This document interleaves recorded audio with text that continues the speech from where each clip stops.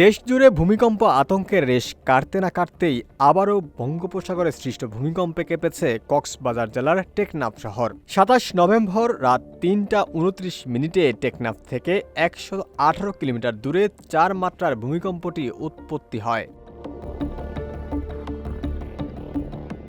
ভূকম্পন বিষয়ক website volcano Discovery জানিয়েছে, টেকনাফে খুব অল্প ঝাঁকুনি দেওয়ায় বেশিরভাগ মানুষ এটি টের পায়নি।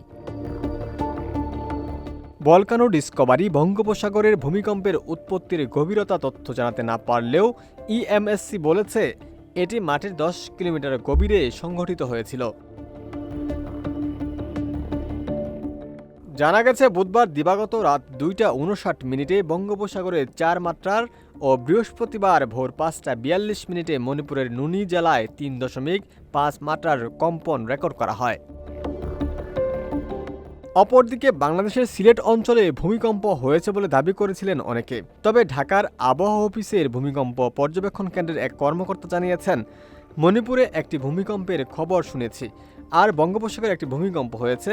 রিক্টার স্কেলে এটার মাত্রা ছিল ৪। এটা অনেক দূরে বিদায় আমাদের ওয়েবসাইটে বিজ্ঞপ্তি দেওয়া হচ্ছে না। তাছাড়া এটার মাত্রাও খুব কম।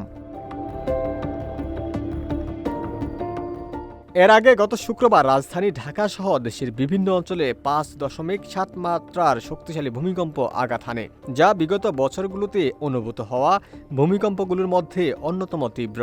ওই দিনের কম্পনের মাত্রা এতটাই বেশি ছিল যে বহু মানুষ আতঙ্কে ঘর ছেড়ে রাস্তায় নেমে আসেন।